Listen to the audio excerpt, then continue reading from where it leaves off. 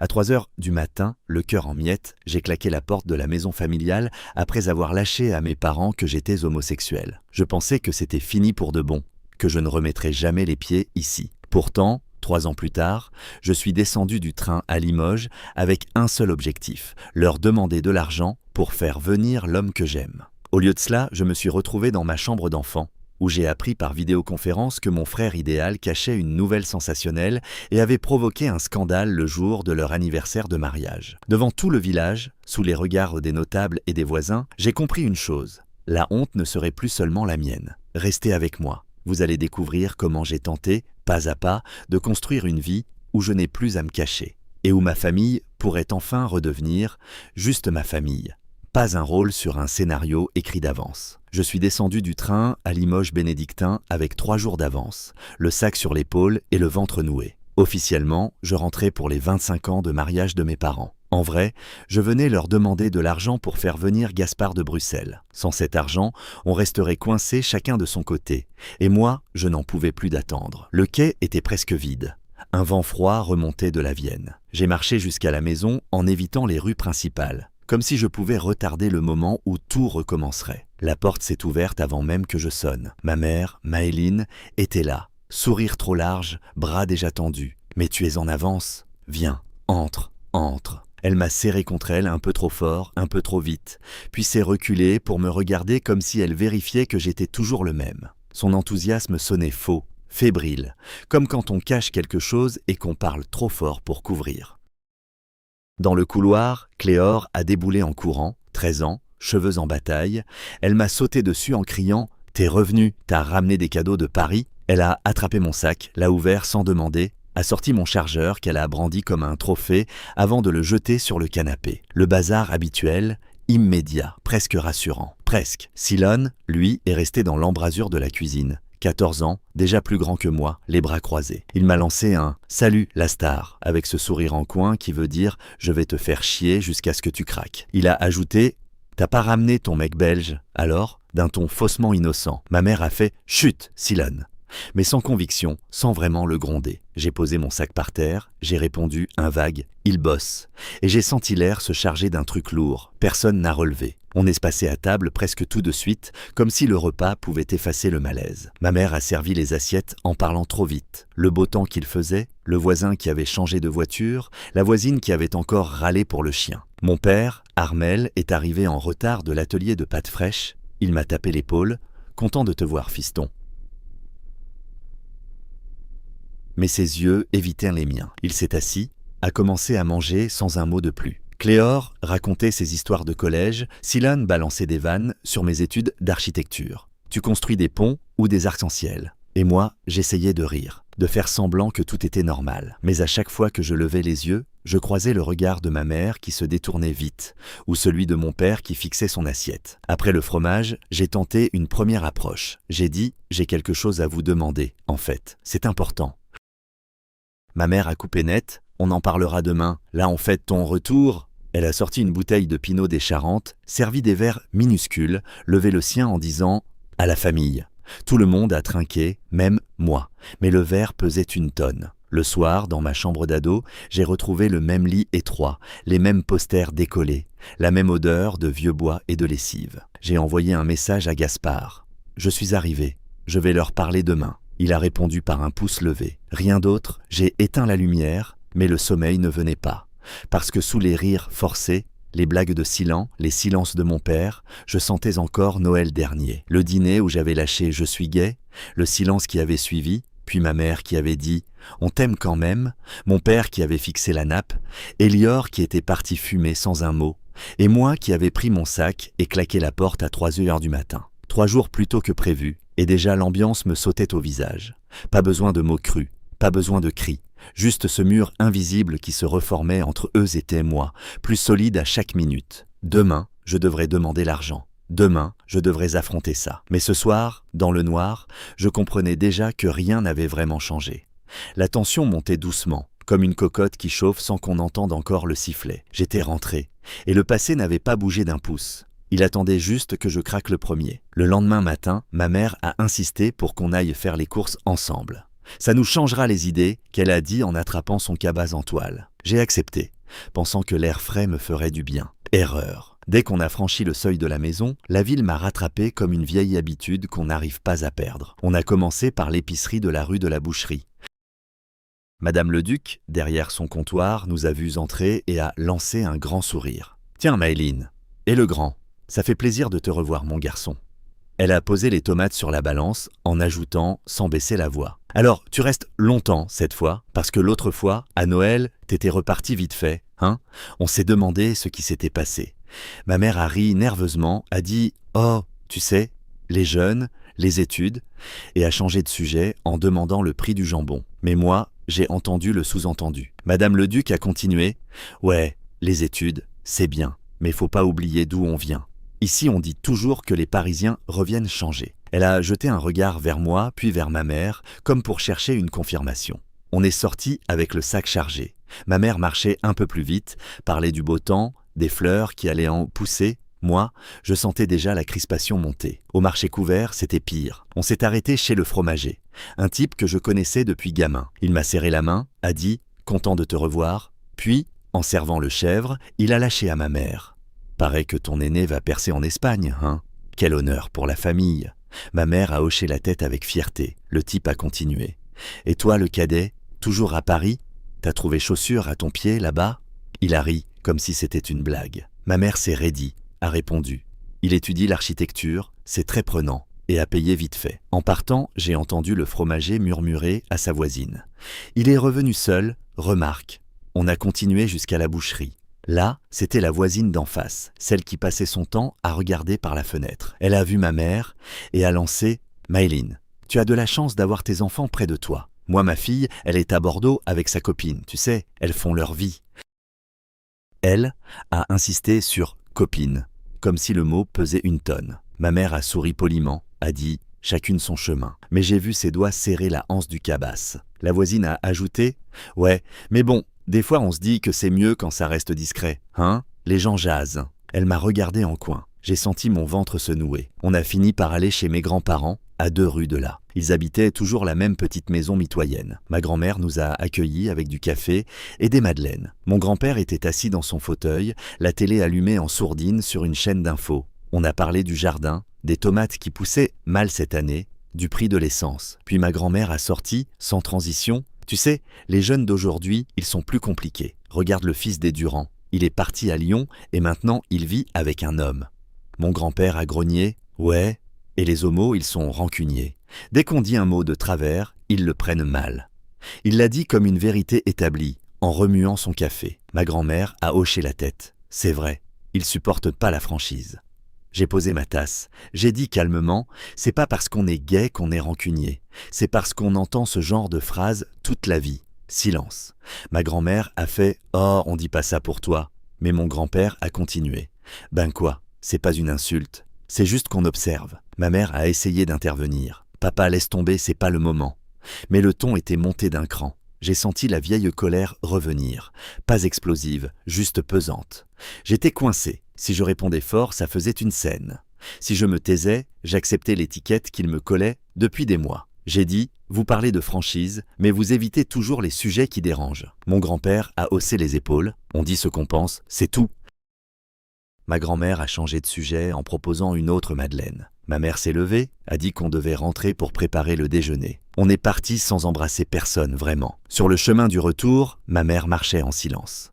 Moi aussi. À chaque coin de rue, je sentais les regards des fenêtres, les murmures qu'on n'entendait pas, mais qu'on devinait. La ville jugeait tout, qui revenait, qui restait seul, qui changeait, qui osait être différent. Et moi, j'étais revenu dedans, avec l'impression d'être ramené à une case que je n'avais jamais vraiment quittée. La tension montait, pas avec des cris, mais avec ces petites phrases anodines qui s'accumulaient comme des pierres dans un sac. Chaque pas rendait le poids plus lourd. Je comprenais que Limoges n'avait pas oublié Noël et qu'elle n'allait pas me laisser oublier non plus. Le soir venu, j'ai pris mon téléphone et je suis monté dans la chambre. La maison était calme en bas. On entendait juste le bruit de la télé qui diffusait un jeu débile. J'ai fermé la porte, je me suis assis sur le bord du lit, dos au mur, et j'ai lancé l'appel visio. Gaspard a répondu après 3 sonneries. Son visage est apparu, éclairé par une lampe de bureau.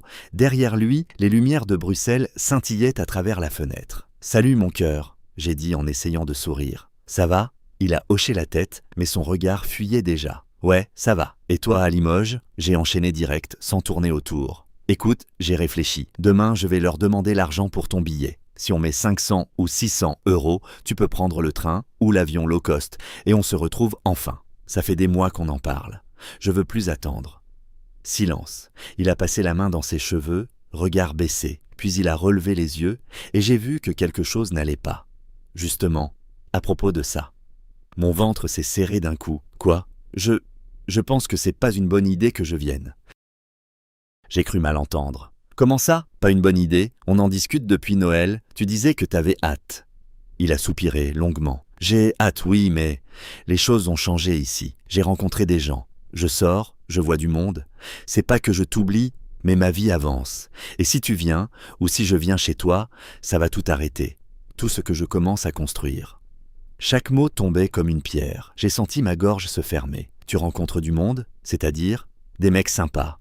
On discute, on boit des verres, rien de sérieux encore, mais je me sens vivant. À Bruxelles, je respire. Et toi, là-bas, avec ta famille, je sais pas si je veux m'y plonger. J'ai insisté, la voix qui tremblait un peu malgré moi, mais on avait un plan. On s'était dit qu'on allait essayer pour de vrai. Je sais, mais les plans, des fois, ils tiennent plus. Je veux pas te faire du mal, mais je peux pas faire semblant. Ma présence là-bas, ou la tienne ici, ça bloquerait tout. Je préfère être honnête.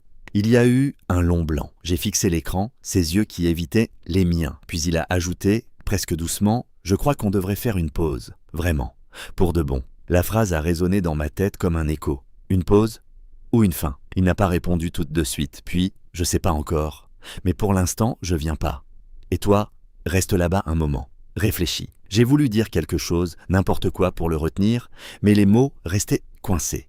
Il a murmuré un « désolé ». Et il a raccroché. L'écran est devenu noir. J'ai gardé le téléphone dans la main, immobile, pendant je sais pas combien de temps. La phrase tournait en boucle. Ma présence arrêterait tout. C'était fini. Pas avec des cris, pas avec une dispute. Juste avec cette phrase plate, définitive. En bas, j'entendais ma mère qui rangeait la cuisine. Mon père qui parlait à voix basse au téléphone avec un fournisseur. Cléor riait à quelque chose sur son portable. La vie continuait, normale, banale. Moi, j'avais l'impression qu'on venait de m'arracher un morceau. Je me suis levé, j'ai rangé le téléphone dans ma poche. Il fallait redescendre, faire semblant. Je me suis passé de l'eau sur la figure dans la petite salle de bain du couloir. J'ai respiré un grand coup, forcé un sourire neutre. Quand je suis arrivé en bas, ma mère m'a vu et a demandé « Ça va, t'as l'air fatigué ?» J'ai répondu « Ouais, juste crevé du voyage. Je vais me poser un peu. » Silone, vautré sur le canapé, a lancé sans lever les yeux. « T'as appelé ton Belge ? Il t'a largué ou quoi ?» Il a ri, pensant que c'était une vanne. Ma mère l'a fusillé du regard. « Silone !» Mais moi, j'ai juste haussé les épaules et dit « Nan, il bosse tard. » J'ai pris une bière dans le frigo, je me suis assise à table avec eux. Mon père parlait des commandes de pâtes pour la semaine prochaine. Ma mère racontait une anecdote sur la voisine. J'acquiesçais, je souriais au bon moment, je posais même une question de temps en temps. À l'intérieur, tout s'effondrait. Chaque minute passée à jouer la comédie faisait monter la pression. Je sentais les larmes qui montaient, mais je les retenais. Pas ici, pas maintenant, la soirée a traîné. À un moment, ma mère m'a proposé un thé. J'ai dit oui pour avoir quelque chose à tenir dans les mains. Pendant qu'elle le préparait, j'ai fixé la table, les traces de verre, les miettes du dîner. Tout me semblait faux. Gaspard n'allait pas venir. L'idée sur laquelle je m'étais accroché depuis des mois, nous deux, ensemble, loin de tout ça, venait de s'écrouler en une conversation de 5 minutes. Quand je suis remonté dans la chambre, j'ai fermé la porte à clé. Je me suis allongé sur le lit sans allumer. Le noir aidait à encaisser. La douleur était là, vive, mais muette. Je n'ai pas pleuré. Pas encore. J'ai juste répété dans ma tête « Il veut plus de moi. Il rencontre du monde. » Ma présence arrêterait tout. Et petit à petit, la colère a commencé à se mélanger au chagrin. Pas contre lui seulement.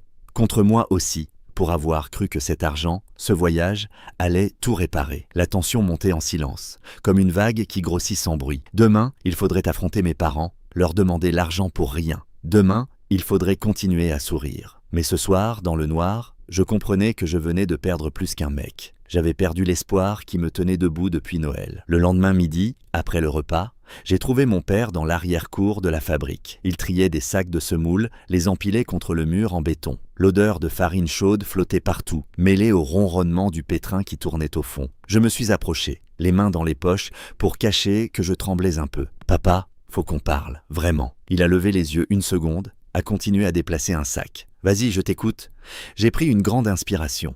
Noël dernier, quand j'ai dit que j'étais gay et que je suis parti, ça a tout changé ici. Tu m'as presque pas regardé ce soir-là. Depuis, on évite le sujet. Moi, je veux savoir où j'en suis dans cette famille. Il a posé le sac par terre avec un bruit sourd. « Écoute, fiston, c'est pas simple pour nous non plus. Mais t'as ton master d'architecture qui avance bien, non? T'es en quelle année maintenant? » J'ai serré les dents. « C'est pas la question. Je te parle de moi, pas de mes études. » Il a essuyé ses mains sur un chiffon qui traînait. « Justement, t'as un avenir devant toi. Un vrai métier. Les architectes, ça gagne bien, ça construit des trucs solides. Faut que tu te concentres là-dessus. Le reste, ça viendra après. Le reste, c'est ma vie, ma place ici. Tu fais comme si j'avais pas le droit d'en parler. » Il a haussé les épaules. « T'es chez toi ici, on t'aime. Mais faut pas tout remuer non plus. T'as vu comment ça se passe dehors? Les gens jasent déjà. Si tu commences à tout déballer, j'ai insisté. Et toi, tu m'acceptes ou tu tolères juste tant que je reste discret? » Il a marqué une pause, a regardé vers la porte de l'atelier comme s'il espérait une interruption. Puis, on t'accepte. Mais un métier, c'est important. T'imagines, un jour tu pourras dessiner des bâtiments ici, à Limoges, ou ailleurs. Faut pas gâcher ça avec des histoires personnelles. La colère montait. Mes histoires personnelles, c'est moi, pas des distractions. Ma mère est sortie à ce moment-là, un plateau avec du café à la main. Elle a entendu la fin. Elle s'est approchée, a posé le plateau sur une caisse en bois. « Armelle a raison, on t'aime comme t'es, mais ta vie amoureuse, je préfère pas en savoir trop. Pas de détails, ça me met mal à l'aise. » J'ai pivoté vers elle. « Pas de détails, c'est-à-dire que je peux exister, mais pas vivre ?» Elle a baissé les yeux sur les tasses. « C'est pas ça, c'est juste, je veux pas imaginer. Je veux que tu sois heureux, mais sans que j'aie à y penser. » J'ai senti le sol se dérober un peu. Donc je suis toléré, à condition de fermer ma gueule sur ce que je ressens, sur qui j'aime. Mon père a repris. « Écoute, ton diplôme, c'est ta chance. T'as bossé dur. Pourquoi tout risquer pour des histoires qui passent? Un jour, tu auras une belle carrière, une stabilité. C'est ça qui compte. » J'ai ri, un rire sec. « La stabilité? Tu parles de moi ou de la fabrique? Parce que moi, j'ai l'impression d'être le seul à pas avoir le droit d'être instable. » Ma mère a tendu une tasse vers moi. « Bois, calme-toi. On veut juste ton bien. » J'ai repoussé la tasse doucement. « Mon bien, c'est pas seulement un boulot, c'est d'être accepté sans condition. Sans que vous déviez sur mon avenir professionnel dès que j'ouvre la bouche sur Noël ou sur ma vie. » Mon père a croisé les bras. « On dévie pas, on te pousse vers le haut. T'as vu Elior? Il bosse dur pour son tennis. Nous, on fait pareil pour toi. Elior, c'est le champion. Moi, je suis quoi? Le projet à surveiller? » Silence. Ma mère a murmuré. « T'es notre fils, mais faut que tu comprennes. On a peur pour toi. Les gens sont durs. Si tu parles trop, » j'ai coupé. Peur pour moi ou peur du regard des autres? Parce que moi, j'ai peur de rester invisible dans ma propre famille. Elle a rougi légèrement. « Je t'accepte.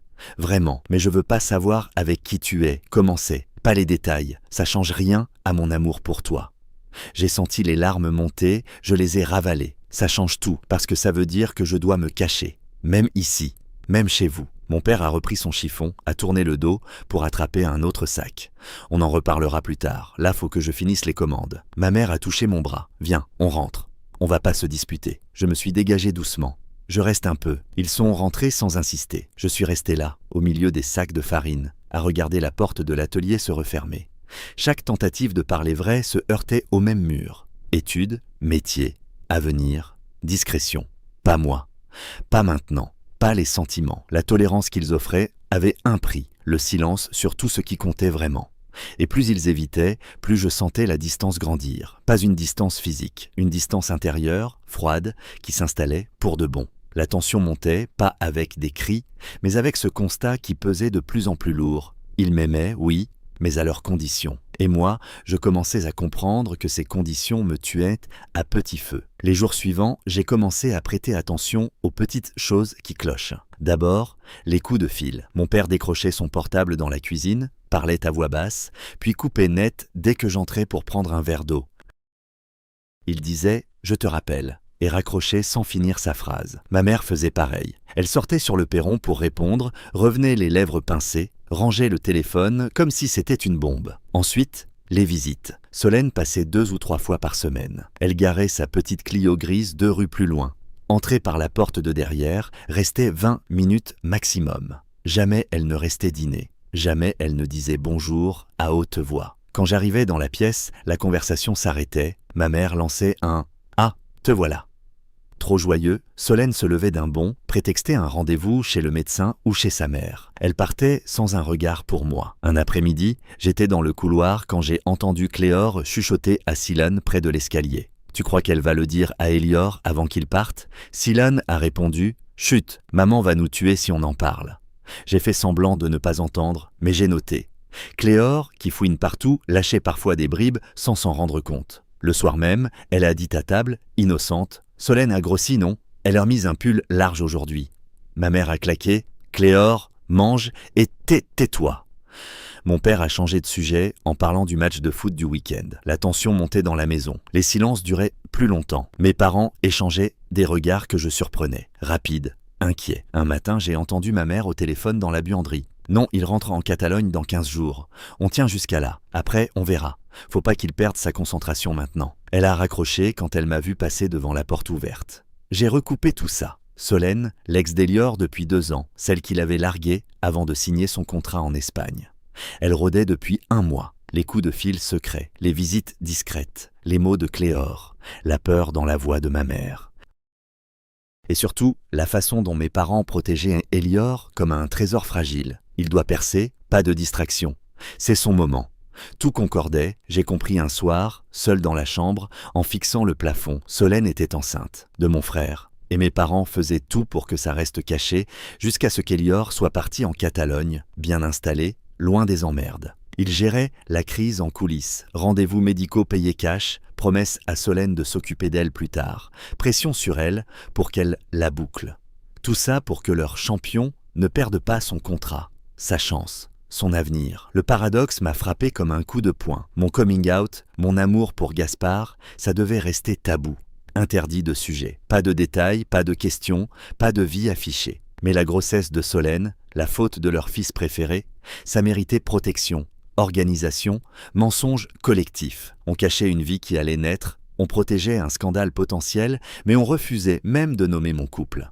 Mon orientation était une gêne à étouffer. Sa responsabilité à lui, une urgence à maîtriser. J'ai senti la rage monter, pas explosive, mais profonde. Chaque fois que je pensais à Noël, à l'heure « on t'accepte » suivi de silence, je voyais maintenant le double standard. Élior pouvait tout foutre en l'air et on le couvrait. Moi, je devais juste disparaître poliment de la conversation.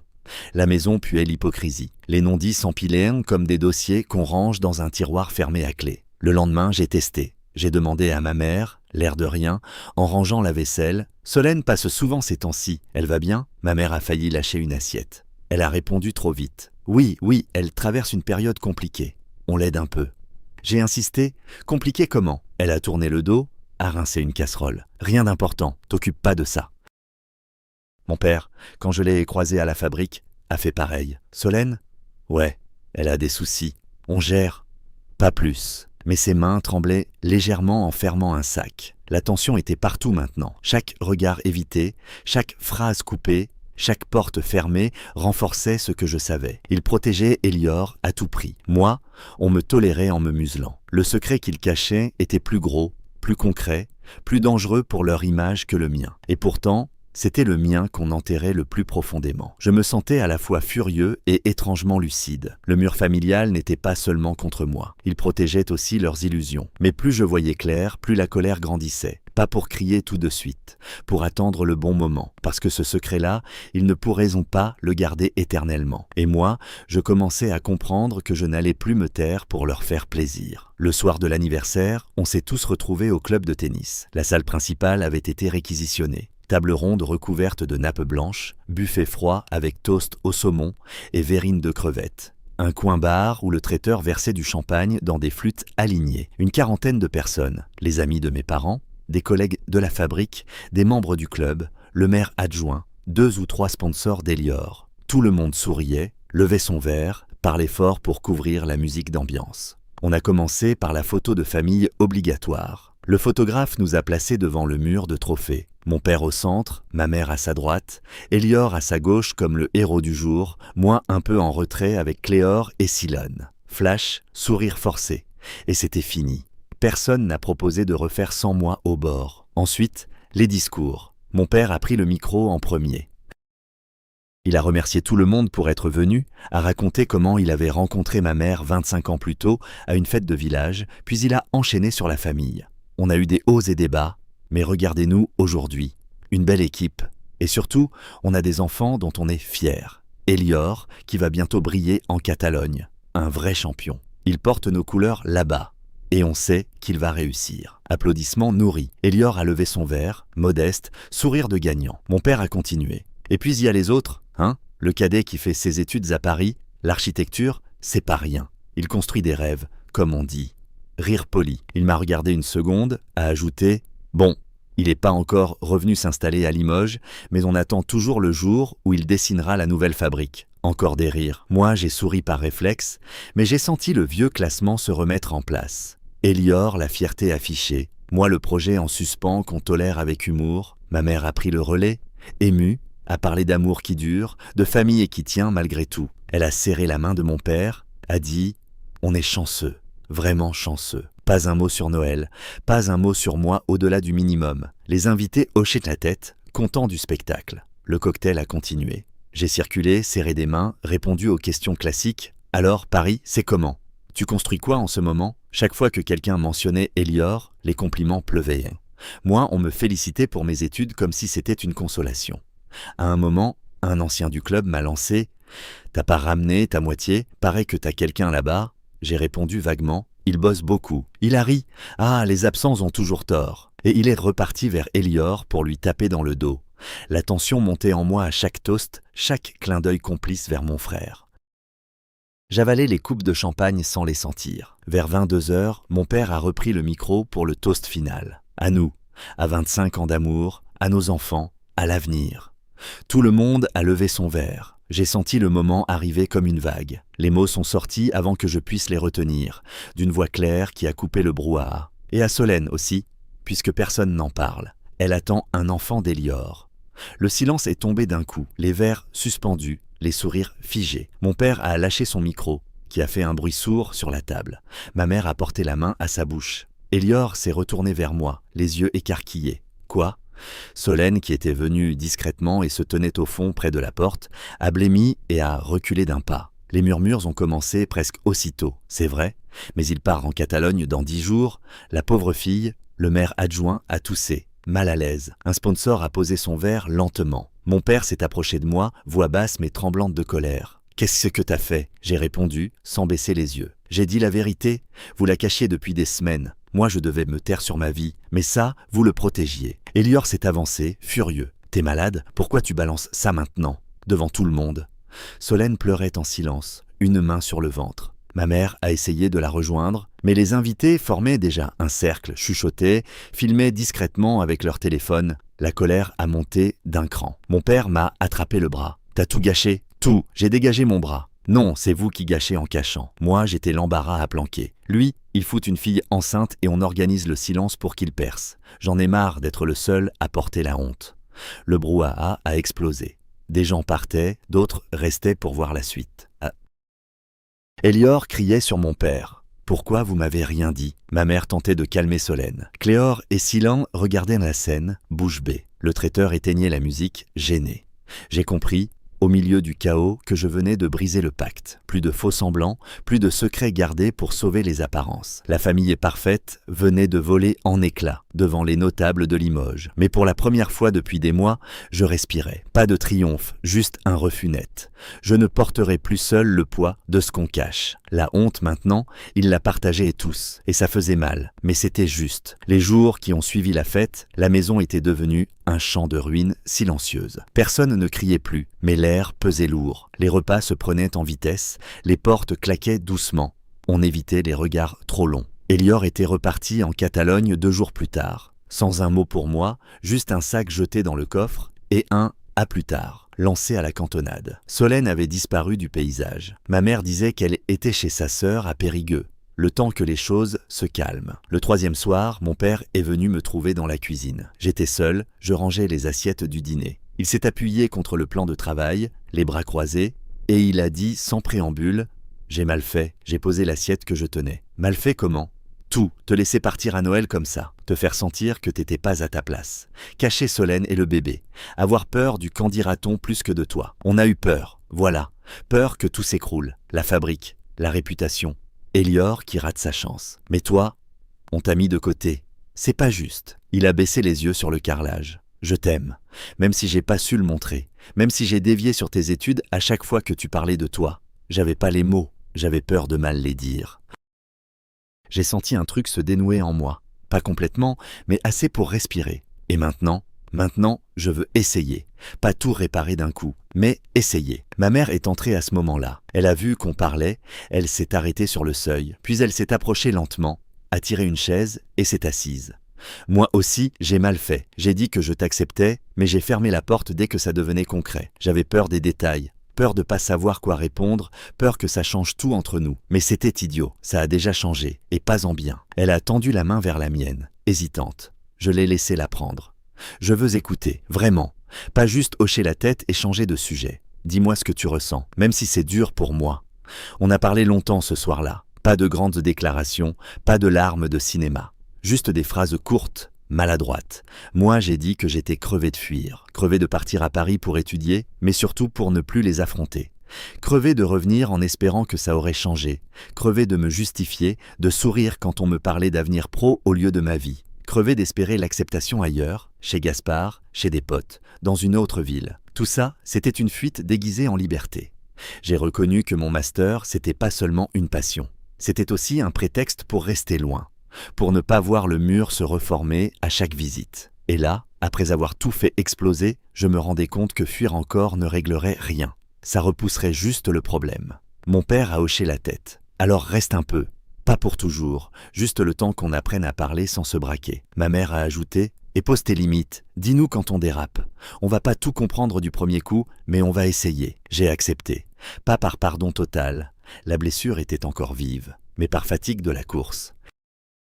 Et par envie, pour la première fois, de construire quelque chose ici, plutôt que de le fuir. Les jours suivants ont été étranges. On mangeait ensemble sans forcer la conversation. Mon père me demandait parfois des nouvelles de mes cours, mais il ajoutait « Et sinon, ça va toi ?»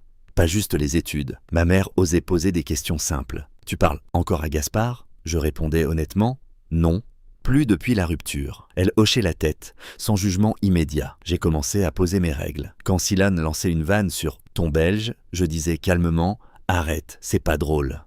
Il grognait, mais il arrêtait. Quand ma mère changeait de sujet, dès qu'on approchait de Noël, je disais « on peut en parler, ça fait partie de moi ». Elle apprenait à rester. Je n'ai pas repris le train tout de suite. J'ai prolongé mon séjour. Pas pour redevenir le fils docile d'avant. Pas pour faire semblant que rien n'avait explosé. Mais pour tester une nouvelle place, une place où je pouvais exister sans me cacher, où mes parents apprenaient à me voir tel que j'étais, pas tel qu'ils préféraient l'imaginer. La tension n'avait pas disparu. Elle était juste différente, moins étouffante, plus honnête. On avançait à petits pas, avec des silences qui pesaient encore, des phrases qui sortaient de travers. Mais pour la première fois, je ne préparais pas déjà mon billet de retour. Je restais, pas par obligation, par choix, pour construire, lentement, une vie qui ne me demandait plus de disparaître.